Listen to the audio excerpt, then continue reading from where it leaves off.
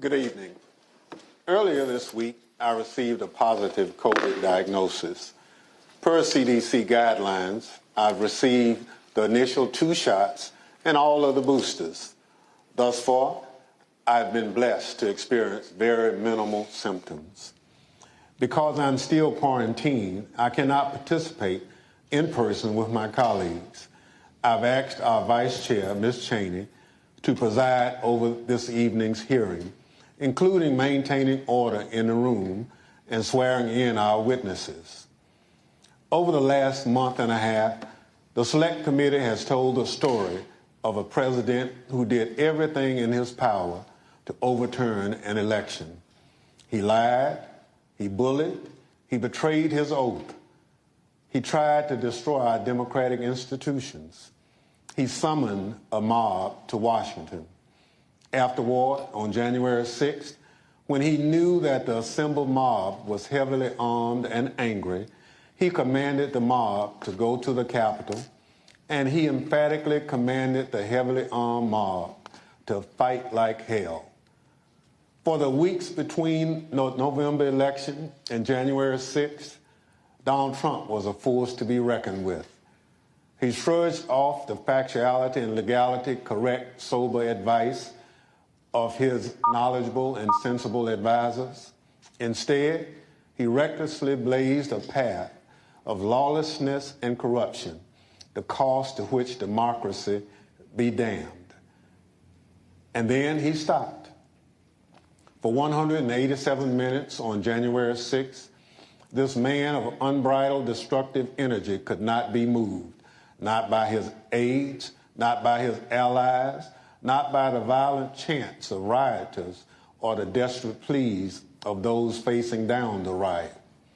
And more tellingly, Donald Trump ignored and disregarded the desperate pleas of his own family, including Ivanka and Don Jr.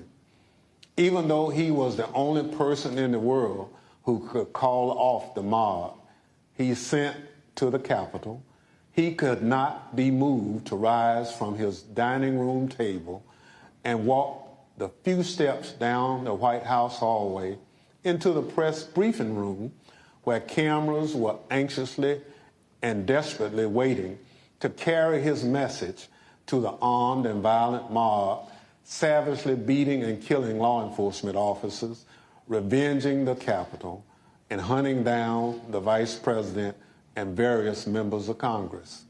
He could not be moved.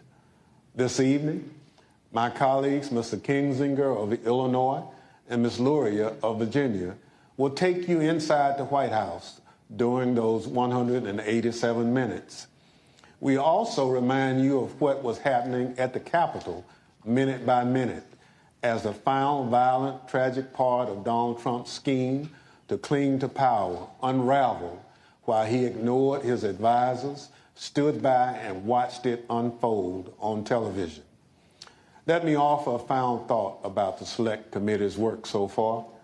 As we've made clear throughout these hearings, our investigation goes forward. We continue to receive new information every day. We continue to hear from witnesses. We will reconvene in September to continue laying out our findings to the American people. But as that work goes forward, a number of facts are clear. There can be no doubt that there was a coordinated, multi-step effort to overturn an election overseen and directed by Donald Trump. There can be no doubt that he commanded a mob he knew was heavily armed, violent, and angry, to march on the Capitol to try to stop the peaceful transfer of power. And he made targets out of his own vice president and the lawmakers gathered to do the people's work. These facts have gone undisputed. And so there needs to be accountability. Accountability under the law. Accountability to the American people. Accountability at every level, from the local precincts in many states where Donald Trump and his allies attacked election workers for just doing their jobs, all the way up to the Oval Office, where Donald Trump embraced a legal advice of insurrectionists that a federal judge has already said was a coup in search of a legal theory. Our democracy withstood the attack on January 6th.